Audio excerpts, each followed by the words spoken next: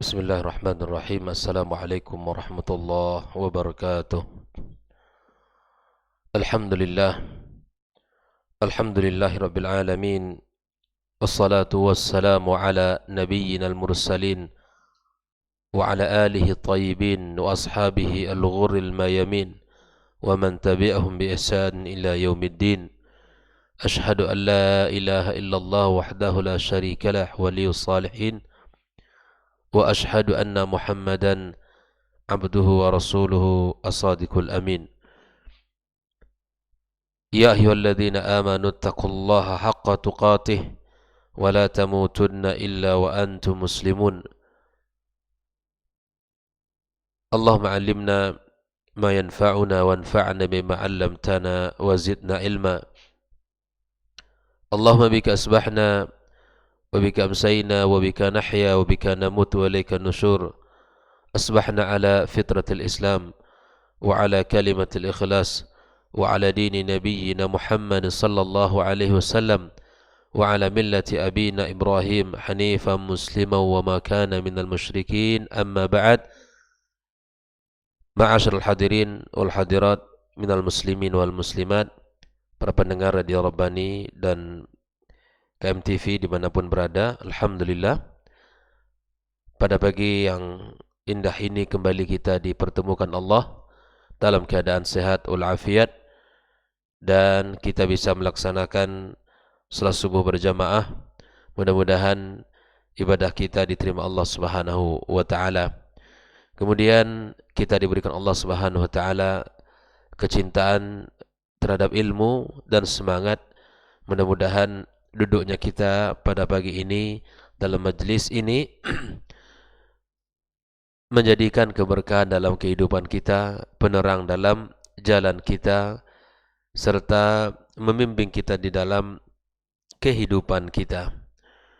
Kemudian kita ucapkan juga salat dan salam untuk Nabi kita tercinta sallallahu alaihi wasallam, kepada keluarganya dan para sahabat yang telah berjuang bersamanya, serta kepada seluruh kaum muslimin dan muslimat yang senantiasa berada di atas agamanya sampai hari kiamat kelak. Ma'asyiral hadirin wal hadirat minal muslimin wal muslimat wal musyahidin wal musyahidat rahimakumullah. Pagi ini kita melanjutkan membaca kitab 55 wasiat Rasulullah sallallahu alaihi wasallam, yang mana wasiat yang ketiga adalah tentang fadlu talabil ilmi, dan ini sudah kita bacakan hadisnya pada pagi kemarin. Ada dua hadis yang sudah kita sebutkan. Hadis dari Qabisah yang datang kepada Rasulullah sallallahu alaihi wasallam untuk meminta ilmu agar diajarkan kepadanya. Maka Nabi sallallahu alaihi wasallam menyebutkan di antaranya adalah agar beliau membaca Allahumma inni as'aluka mimma indaka fa'afid alayya min fadlik wanshur alayya rahmatak wa anzir alayya min barakatik. Kemudian ada hadis yang kedua dari hadis Abi Darda radhiyallahu taala anhu, di mana Nabi sallallahu alaihi wasallam menyebutkan, man salaka tariqan yaltamisu fihi ilman salakallahu bihi tariqan min turuqil jannah wa innal malaikata la tada'u ajnihataha li talibil ilmi ridan bima yasna' wa innal alim la yastaghfiru lahu man fis samawati wa man fil ardi wal hitanu fi jawfil ma' wa inna fadlal alim 'alal abid kafadlil qamari lailatal badri 'ala sa'iril kawakib wa innal ulama'a warathatul anbiya wa innal anbiya lam yuwarrithu dinaran wala dirhaman innama warrathul ilm faman akhadahu akhadha bihadin wafir. Hadis dari Abu Darda diriwayatkan Imam Tirmidzi, Ibnu Hibban dalam kitab sahihnya. Sudah kita ambil beberapa faedah. Yang pertama adalah bahwa keutamaan menuntut ilmu sangat banyak. Di antaranya kita meniti sebuah jalan yang menuju jalan Allah Subhanahu wa taala, Ya, orang-orang yang menuntut ilmu dia senantiasa berada di atas jalan surga, jalan menuju yang mengantarkan kepada surga Allah tabaraka wa taala. Yang kedua, malaikat-malaikat Allah senantiasa ya ridha kepada mereka, mendoakan mereka dan senantiasa membersamai mereka. Karena ada di antara tugas malaikat-malaikat Allah, sayyahina fil ardi, mereka uh, bertebaran di muka bumi ini mencari majlis-majlis zikir, majlis ilmu. Apabila mereka bubar dari majlis tersebut, maka malaikat-malaikat itu mendoakan, berdirilah kalian dalam keadaan diampunkan dosa-dosa kalian oleh Allah Subhanahu wa taala.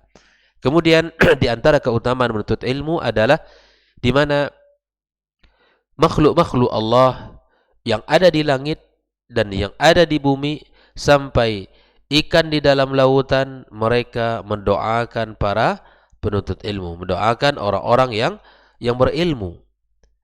Betapa tingginya keutamaan orang-orang yang diberikan ilmu oleh Allah Subhanahu wa taala, sampai ikan dengan jumlah yang tidak ada yang bisa menghitung di dalam lautan, di dalam sungai, semuanya mereka mendoakan.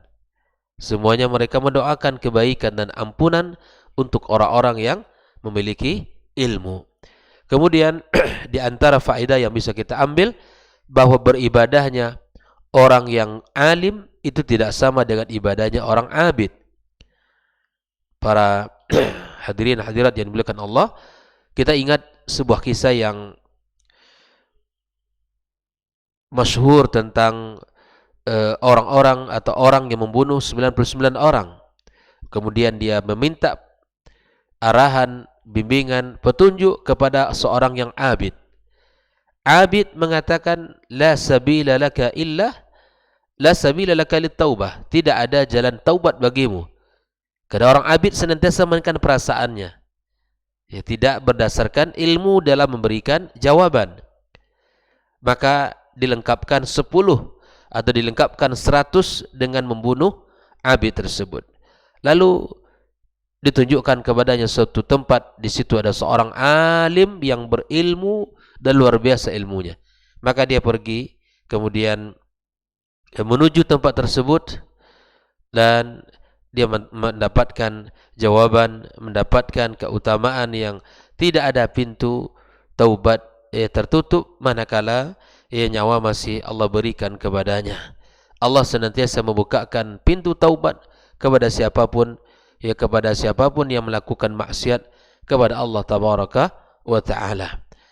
Nabi mengungkapkan dalam hadis ini bahwa orang yang alim di atas orang yang abid seperti bulan purnama jika dibandingkan dengan seluruh bintang-bintang yang ada di langit. Kemudian Nabi SAW juga menyebutkan tentang peninggalan para nabi. Para nabi mereka meninggalkan ilmu yang diwariskan oleh para ulama. Maka di sini Nabi SAW menegaskan tidak ditinggalkan harta benda, kekayaan tidak. Tapi yang ditinggalkan adalah ilmu yang diwariskan oleh para ulama. Makanya matinya para ulama bukanlah perkara yang ringan di dalam agama kita. Karena yang mati bukan hanya sekedar orangnya, tapi sekalian dengan ilmunya. Makanya matinya para ulama, meninggalnya para ulama merupakan tanda-tanda daripada tanda hari kiamat. Karena kesedihan kaum muslimin itu luar biasa. Kesedihan kaum muslimin luar biasa dengan kematiannya para ulama, karena mereka akan hilang ilmu dari mereka.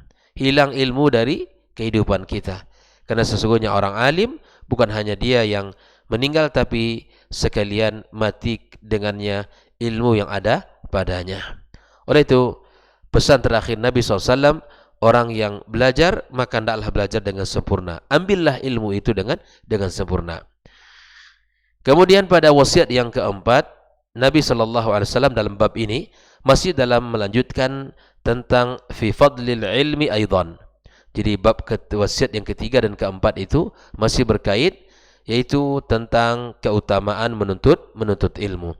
Adapun hadis yang dinukilkan pada wasiat yang keempat adalah An Safwan ibn Asal al-Muradi radhiyallahu taala anhu, dia berkata, qal ataitu an-nabiy sallallahu alaihi wasallam, ya aku mendatangi Nabi sallallahu alaihi wasallam wa huwa fil masjid.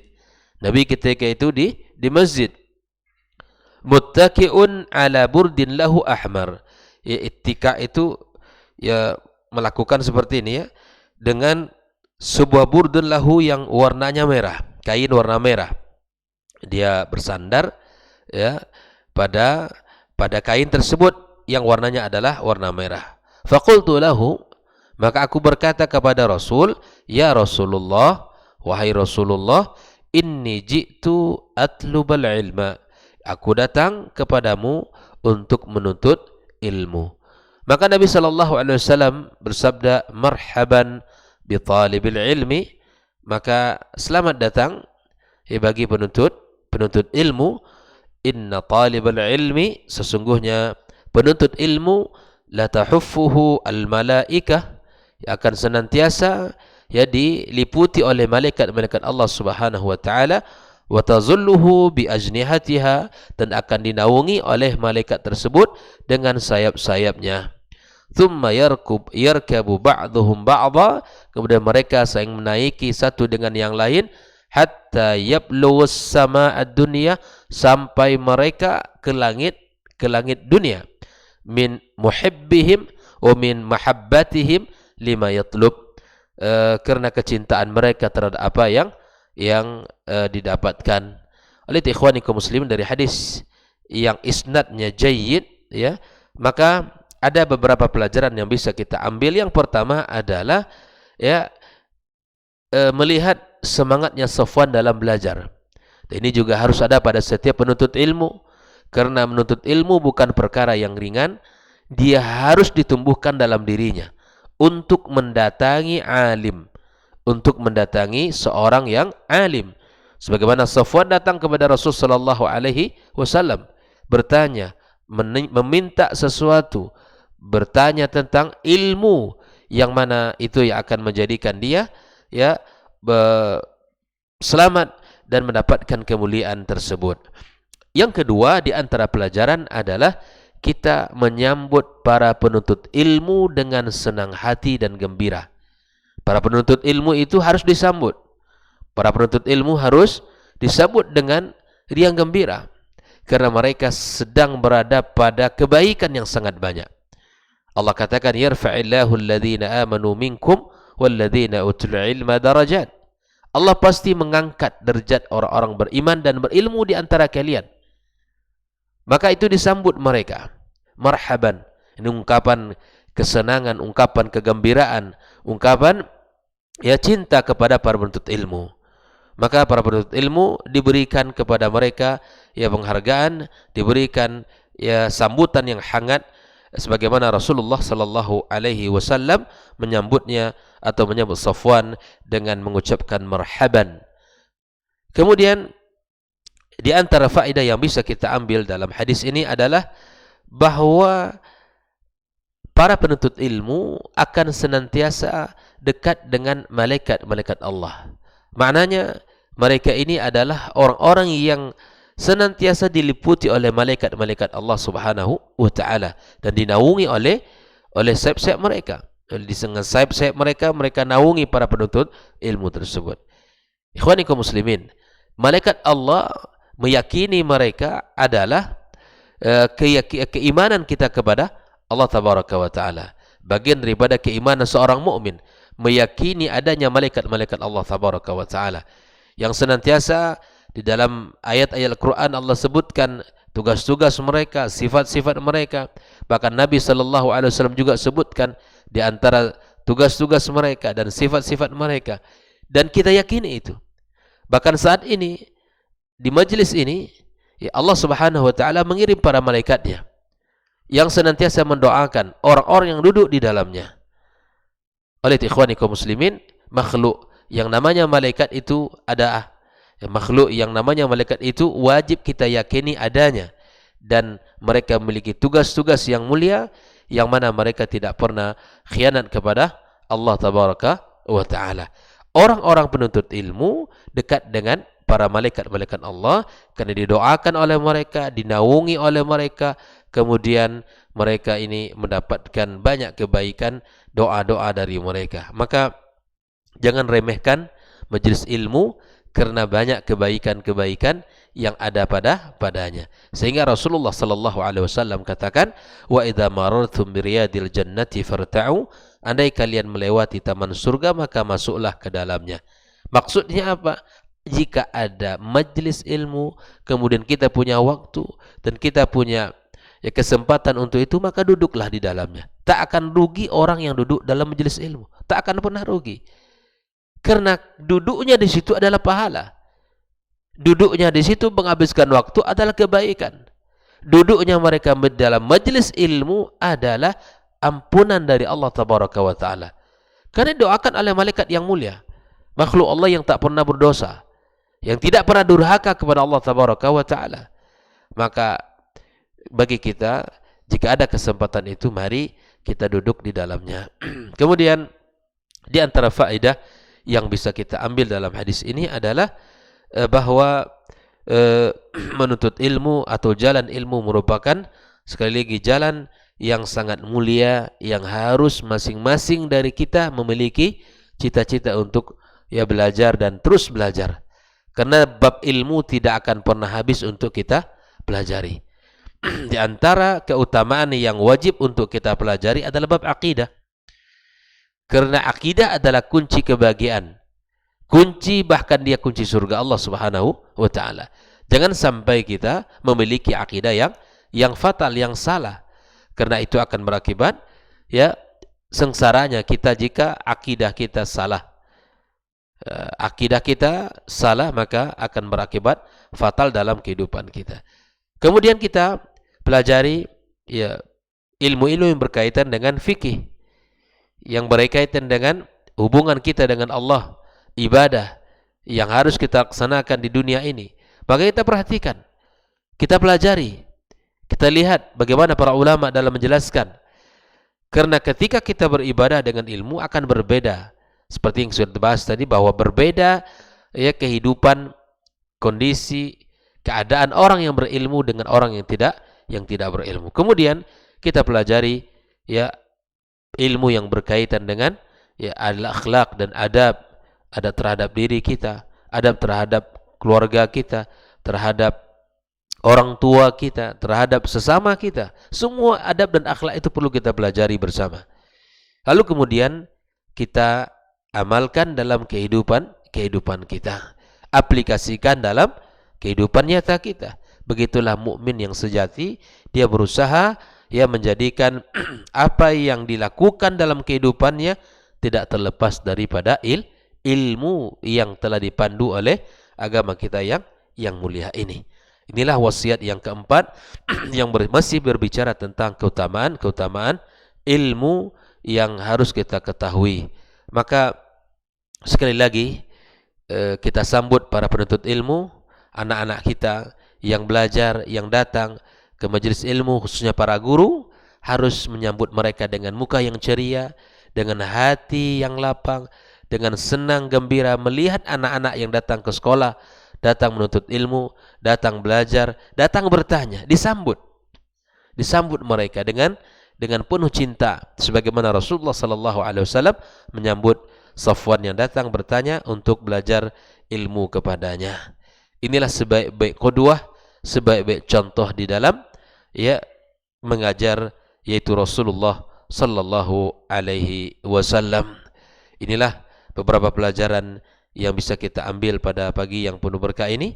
Mudah-mudahan Allah Subhanahu wa taala senantiasa menjaga kita dan memberikan keberkahan dalam hidup kita, serta menjauhkan kita dari segala keburukan-keburukan dan daripada kesesatan-kesesatan amal yang tidak dipandu dengan ilmu. InsyaAllah akan kita lanjutkan pembahasan pada wasiat yang kelima pada pertemuan berikutnya biidnillahi tabaraka wa ta'ala. Wallahu ta'ala a'lam. Subhanakallahumma wa bihamdik, asyhadu an la ilaha illa anta, astaghfiruka wa natubu ilaik. Wassalamualaikum warahmatullahi wabarakatuh.